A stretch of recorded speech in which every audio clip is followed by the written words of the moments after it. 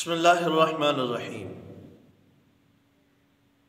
میرے بھائیوں، اولاد اللہ کی ایک بہت بڑی نعمت ہے۔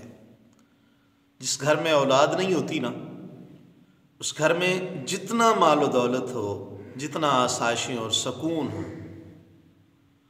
اس گھر میں کبھی بھی رونق نہیں آتی۔ اولاد ایسی نعمت ہے جو اللہ کے نبیوں نے اللہ سے رو رو کے دعائیں مانگ کے مانگی ہے۔ یہ آج کا میرا وظیفہ ان بہنوں کے لیے ہے جن کو لوگوں نے کہہ دیا ہے کہ تو بانجھ ہے، تیری اولاد نہیں ہو سکتی، طلاق تک کی نوبت آ گئی، سسرالیوں کے تانے سے اتنا وہ تنگ ہے کہ خودکشی کا سوچ چکی ہے۔ تو میں اپنی اس بہن کو ایک تحفہ دینا چاہتا ہوں، اللہ کا اس میں گرامی ہے۔ اگر آپ خلوص سے، دل سے اور اس یقین سے کہ میرا مالک اس کی وجہ سے مجھ پر ضرور کرم کرے گا، آپ اس پر عمل کریں، جو لوگ آپ کو تانے دیتے ہیں اللہ کے فضل و کرم سے ان کے منہ بند ہو جائیں گے۔ اولاد دینے والی ذات میری اللہ کی ہے۔ یہ بزرگان دین کے مجرب وظیفے ہیں جو آپ کی خدمت میں عرض کیے جاتے ہیں، آپ آزمائیں، انشاءاللہ یہ مجرب ہیں۔ کئی لوگوں کی گودیں آباد ہوئی ہیں، کئی لوگوں کے گھر آباد ہوئے ہیں، آپ اس کو آزمائیں، آپ دعائیں دیں گے۔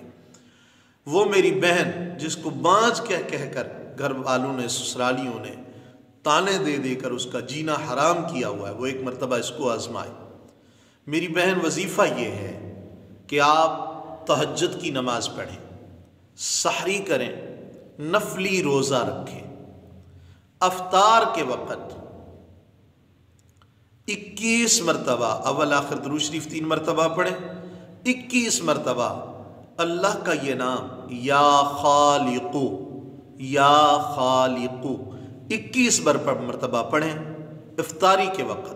پھر روزہ افطار کر لیں، دعا مانگیں افطاری سے پہلے کہ یا اللہ مجھے اولاد صالح عطا فرما، تو اللہ رب العالمین تمام روحانی جسمانی بیماریاں دور فرما کے آپ کو اولاد کی دولت سے نواز دے گا۔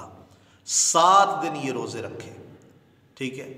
پھر کوشش کریں کہ ہر مہینے 3 دن اسی طرح نفلی روزے رکھتے رہیں جب تک مقصد حاصل نہیں ہوتا۔